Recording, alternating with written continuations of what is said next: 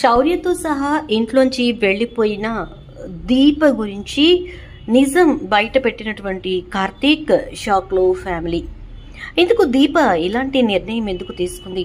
మరి దీప శౌర్యతో సహా ఇంట్లోంచి వెళ్ళిపోతే కార్తీక్ ఏ నిజాన్ని బయట పెట్టాడు? మరి నిజం తెలుసుకున్న ఫ్యామిలీ ఎందుకు షాక్ అయింది? మరి అసలు ఇదంతా ఎందుకు జరిగింది అనేది వీడియోలో చూసి తెలుసుకునేద్దాం. కార్తీక దీపం ఇది నవ వసంతం. రాబోయే కథలో జరగబోయే సన్నివేశాల గురించి ముందుగా తెలుసుకోవటానికి వీడియోని లైక్ చేసి ఛానల్ను సబ్స్క్రైబ్ చేసి పక్కనే ఉన్న బెల్ ఐకాన్లో ఆల్ ట్యాప్ చేయండి. ఇక మొత్తం మీద చూసుకున్నట్లయితే కనుక చాలా వరకు ఇంట్లో వాళ్ళంతా కూడా చెప్పి చూశారు దీపకు, ఇక నువ్వు అక్కడికి రావద్దు, ఇక్కడే ఉండు, నీకు భోజనం దగ్గర నుంచి ఇంకా ఇంట్లో కావాల్సిన ప్రతిదీ నేనే చూసుకుంటాను అని చెప్పేసి శివనారాయణ చెప్పడం జరిగింది. అలా శివనారాయణ చెప్పినా కూడా ఇక దీప అయితే వినిపించుకోలేదు సరికదా, నా భర్త ఎక్కడుంటే నేను అక్కడే ఉంటాను అని చెప్పేసి గట్టిగా చెప్పింది. ఇక ఆ మాటకి అందరికీ కూడా కోపం వచ్చింది, బాధ కలిగింది, కోపం వచ్చింది.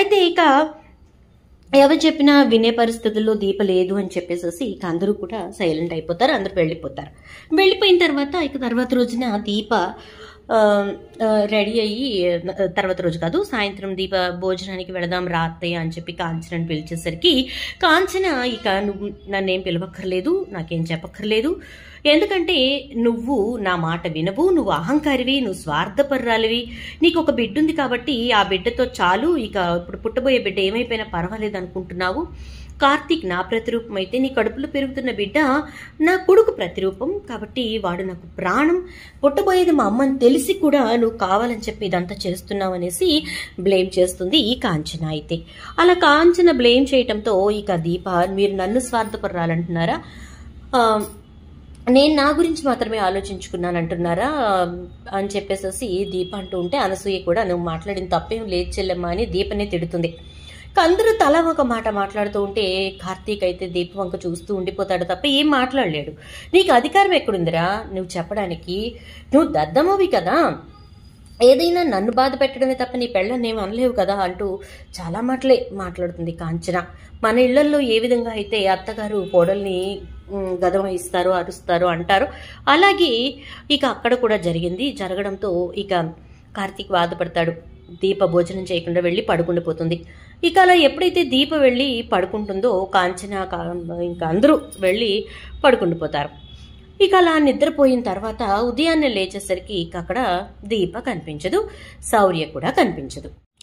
ఇక అలా దీప శౌర్య ఇద్దరు కనిపించకపోయేసరికి ఏం చేయాలో అర్థం కాక అందరూ వెతుకుతూ ఉంటారు.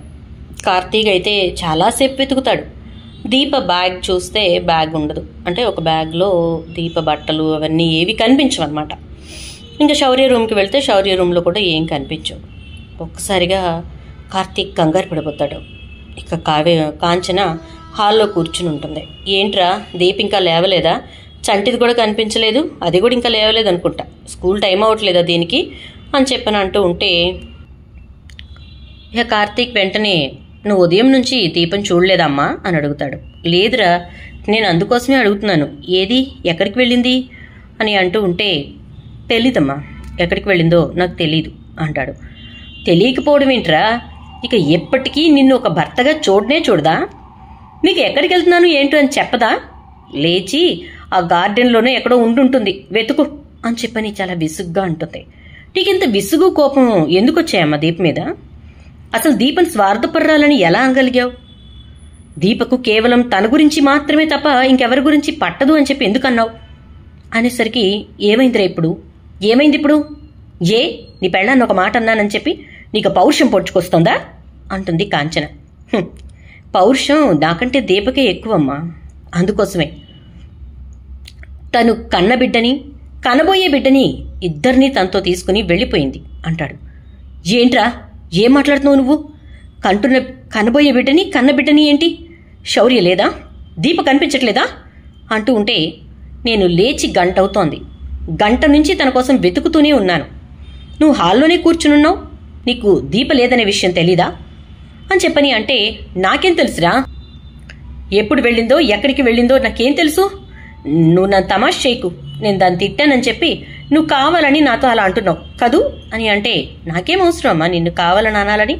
ఇక్కడ దీప కనిపించట్లేదు. పెద్దమ్మా పెద్దమ్మా అని పిలిచేసరికి అనసూయ వచ్చి, చెప్పండి బాబు అంటే, దీప ఎక్కడుంది అనగానే, అది దీప అంటాడు. ఏంట్రా ఏం మాట్లాడుతున్నావు నువ్వు? కనబోయే బిడ్డని కన్న బిడ్డని ఏంటి? శౌర్య లేదా? దీప కనిపించట్లేదా అంటూ ఉంటే, నేను లేచి గంట అవుతోంది. గంట నుంచి తన కోసం వెతుకుతూనే ఉన్నాను. నువ్వు హాల్లోనే కూర్చునున్నావు, నీకు దీప లేదనే విషయం తెలీదా అని చెప్పని అంటే, నాకేం తెలుసురా? ఎప్పుడు వెళ్ళిందో ఎక్కడికి వెళ్ళిందో నాకేం తెలుసు? నువ్వు నన్ను తమాష చేయకు, నేను దాన్ని తిట్టానని చెప్పి నువ్వు కావాలని నాతో అలా అంటున్నావు కదూ అని అంటే, నాకేం అవసరం అమ్మా నిన్ను కావాలని అనాలని? ఇక్కడ దీప కనిపించట్లేదు. పెద్దమ్మా పెద్దమ్మా అని పిలిచేసరికి అనసూయ వచ్చి, చెప్పండి బాబు అంటే, దీప ఎక్కడుంది అనగానే, అది దీప అంటూ ఉంటుంది. ఏంటక్క దీప అంటావేంటి? ఎక్కడుందది? ఎటు వెళ్ళింది అని చెప్పని అంటూ కాంచన చాలా గట్టిగానే అడుగుతుంది. వెళ్ళిపోయిందమ్మా అంటుంది. వెళ్ళిపోయిందా? ఎక్కడికి వెళ్ళిపోయింది? ఎక్కడికి వెళ్ళిపోయింది? ఎలా వెళ్ళిపోతుంది అంటూ ఉంటే, మాటలు పడుతూ బ్రతకాల్సిన అవసరం నాకు లేదు. నన్ను అర్థం చేసుకుంది అనుకున్నాను మా అత్త. కానీ ఈరోజు నా కడుపున పుట్టిన బిడ్డని, నా కడుపులో ఉన్న బిడ్డని వేరు చేసి మాట్లాడి నాకు చాలా బాధ మిగిల్చింది. మా అత్త ఇలా మాట్లాడుతుందని నేను అస్సలు అనుకోలేదు అంటూ బాధపడిందమ్మా రాత్రి నా దగ్గరికి వచ్చి. సరే బాధపడకు, అన్నీ సర్దుకుంటాయిలే. వాళ్ళు చెప్తుంది నీ మంచి కోసమే కదా. నువ్వు అక్కడికి వెళ్ళి పనిచేస్తూ కష్టపడుతూ ఉంటే ఎక్కువసేపు నుంచోటం అనేది జరగాల్సి ఉంటుంది. దాంతోపాటు అటు పారిజాతం గారి కళ్ళు మంచివి కాదు, ఇటు జ్యోత్స్న కళ్ళు మంచివి కాదు. వాళ్ళిద్దరి చూపు మంచిది కాదు. కాబట్టి నీ కడుపులో బిడ్డకి నీకు ఏదైనా ప్రమాదం తలపెడతారు అని చెప్పేసేసి చెప్పింది. అంతే కదా అని చెప్పి నేనెంత చెప్పినా దీప వినిపించుకోలేదు అంటుంది. వినిపించుకోక ఏం చేసిందక్క? ఎక్కడికి వెళ్ళింది అంటూ ఉంటే, తను నేను చెప్పాల్సింది చెప్పి పడుకోవడానికి వెళ్ళాను. ఉదయం లేచి చూసేసరికి దీప కనిపించలేదు. ఇక్కడ శౌర్య కూడా కనిపించలేదు. శౌర్య బట్టలన్నీ వెతికాను, ఎక్కడా లేవు.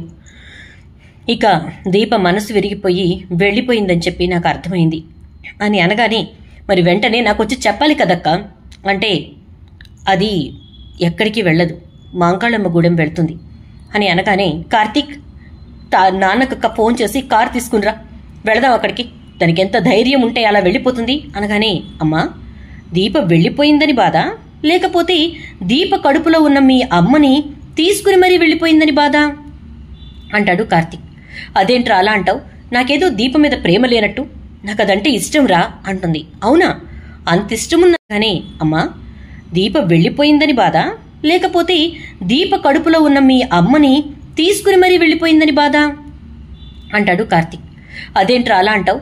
నాకేదో దీప మీద ప్రేమ లేనట్టు, నాకు అదంటే ఇష్టం రా అంటుంది. అవునా? అంత ఇష్టమున్న దానివి అన్నన్ని మాటలు ఎలా మాట్లాడేవమ్మా? దీప తనకు తన భర్తతో ఉండాలని ఇష్టపడుతోంది కాబట్టి అక్కడికే వెళ్తానంది అంటే అది కాదురా, అసలు కారణం ఏదో ఉంది, నాకు ఆ కారణం చెప్తుందని చెప్పి నేను అంత గట్టిగా మాట్లాడాను అంటే, నీకు అసలు కారణం తెలియాలి అంతే కదా. ఇప్పుడు నేను అసలు కారణం చెప్పిన తర్వాత నువ్వేం చేస్తావమ్మా అని అనగానే, ఇక ఒక్కసారిగా అసలు కారణం చెప్పిన తర్వాత నేనేం చేస్తానా అంటే, నిజంగానే అసలు కారణం వేరే ఉందన్నమాట, ఏంటో చెప్పు అంటూ ఉండగా, ఈలోపే ఇక శివనారాయణ సుమిత్ర వాళ్ళు వస్తారు. ఎందుకంటే దీప మళ్ళీ ఎలాగైనా వచ్చేస్తుంది, ఏదో ఎలా ఒకలాగా ఒప్పించి దీపని ఇంట్లోనే ఉంచాలి అని మాట్లాడుకోవడానికి వస్తారు. వచ్చేసరికి తీరా చూస్తే అక్కడ దీప లేదని తెలిసి ఒక్కసారిగా షాక్ అవుతారు. ఆగండి నాన్న, మీరు షాక్ అవ్వకండి, ఎందుకంటే ఇప్పుడు వాడేదో అసలు విషయం చెప్తాడట, చెప్పరా అంటూ ఉంటే, దశరథ కారు పక్కన పార్క్ చేసుకుని లోపలికి వచ్చేసరికి ఇంకా ఇక్కడ ఉన్నది ఎవరు? శివనారాయణ, దశరథ, సుమిత్ర, కాంచన, అనసూయ తప్ప ఇంకెవరూ లేరంటే మన జ్యోత్స్న పారిజాతం రారు. దాంతో ఇక కార్తీక్, చెప్తున్నాను వినండి, దీప ఇక్కడ ఉండను, నేను ఆ ఇంటికే వెళతాను, బావ ఎక్కడుంటే అక్కడే ఉంటాను అనడానికి కారణం నేను తన సొంత బావని కాబట్టి అని అంటే, పెళ్లి చేసుకున్న వాడిని బావ అని పిలవడమే విచిత్రం, సొంత బావని అని చెప్పి చెప్తున్నాం, సరే ఏదో ఒకటి పడ్డాం, ఇప్పుడైతే ఏంటి అంటుంది కాంచన. ఎందుకమ్మా నీకు వినడానికి కూడా అంత విసుగ్గా ఉంది? నాకు అర్థం కావట్లేదు. ఎవరు నీ మనసును మల్లం చేశారు? ఎవరు నీ మనసులో విషాన్ని నింపారు అంటాడు కార్తీక్. అదేం లేదు, ఏంటో చెప్పరా అంటూ ఉంటే, అత్తయ్య, ఏ బిడ్డైనా కడుపుతో ఉన్నప్పుడు తన తల్లి తన్ని చూసుకోవాలి, తనతో ఉండాలి అని చెప్పి కోరుకుంటుంది కదా, అలాగే దీప కోరుకుంది. తప్ప అంటే కోరుకోవటంలో తప్పు లేదురా అంటూ ఉంటే కాంచన వెంటనే, సుమిత్ర వదిన ఏమైనా దీప కన్న తల్లా చెప్పు అని అంటే, అవును, అత్తయ్యే దీపకు కన్న తల్లి, మామయ్యే దీపకు కన్న తండ్రి అనగానే, నాన్న అని పిలుచుకున్నంత మాత్రాన, తల్లిదండ్రులుగా వాళ్ళు కన్యాదానం చేసినంత మాత్రాన సొంత వాళ్ళు అయిపోర్రా అంటే, అలా చేశారు కాబట్టి కన్న తల్లిదండ్రులు అనట్లేదు, దీపను కన్నారు కాబట్టి కన్న తల్లిదండ్రులు అంటున్నారు. అత్తయ్యే దీపకు కన్న తల్లి, మామయ్యే దీపకు కన్న తండ్రి అనగానే, నాన్న అని పిలుచుకున్నంత మాత్రాన, తల్లిదండ్రులుగా వాళ్ళు కన్యాదానం చేసినంత మాత్రాన సొంత వాళ్ళు అయిపోర్రా అంటే, అలా చేశారు కాబట్టి కన్న తల్లిదండ్రులు అనట్లేదు, దీపను కన్నారు కాబట్టి కన్న తల్లిదండ్రులు అంటున్నారు. దీపను తన నుంచి దూరం చేసేసిన ఈ ప్రపంచం, ఒక స్వార్థం, ఒక కుటిలత్వం, ఒక కర్కసత్వం దీప జీవితాన్ని పేదరికంలోకి నెట్టేసింది. కళ్ళెదురుగా కనపడుతున్నదే నిజమనుకుని నమ్మి వీరొక అబద్ధాన్ని ఇప్పటి వరకు పెంచుకుంటూ వచ్చారు. అదే జ్యోత్స్న అని అంటాడు. ఏం మాట్లాడుతున్నావు అంటాడు శివనారాయణ. ఇకప్పుడు, అవును తాత, పారు చేసిన పని వల్ల దీప ఈ రోజున మనకు ఒక పరాయి మనిషిగా మన కుటుంబంలోకి రావాల్సి వచ్చింది. కానీ పారు అలా చేయకుండా ఉండుంటే దీప సుమిత్ర అత్తయ్య దశరథ్ మామయ్యల కూతురిగా జ్యోత్స్న అనే పేరుతో మన ఇంట్లో పెరిగుండేది. మన ఇంట్లో జ్యోత్స్న పేరుతో పెత్తనం వెలగబెడుతున్నటువంటి పారిజాతం మనవరాలు దాసు కూతురుగా కాశీకి అక్కగా మిగిలుండేది అనగానే ఒక్కసారిగా షాక్ అవుతారు. ఏం మాట్లాడుతున్నావురా, ఏం చెప్తున్నావు నువ్వు అంటే, నిజం, నమ్మలేని నిజం అని చెప్పని అంటాడు కార్తీక్.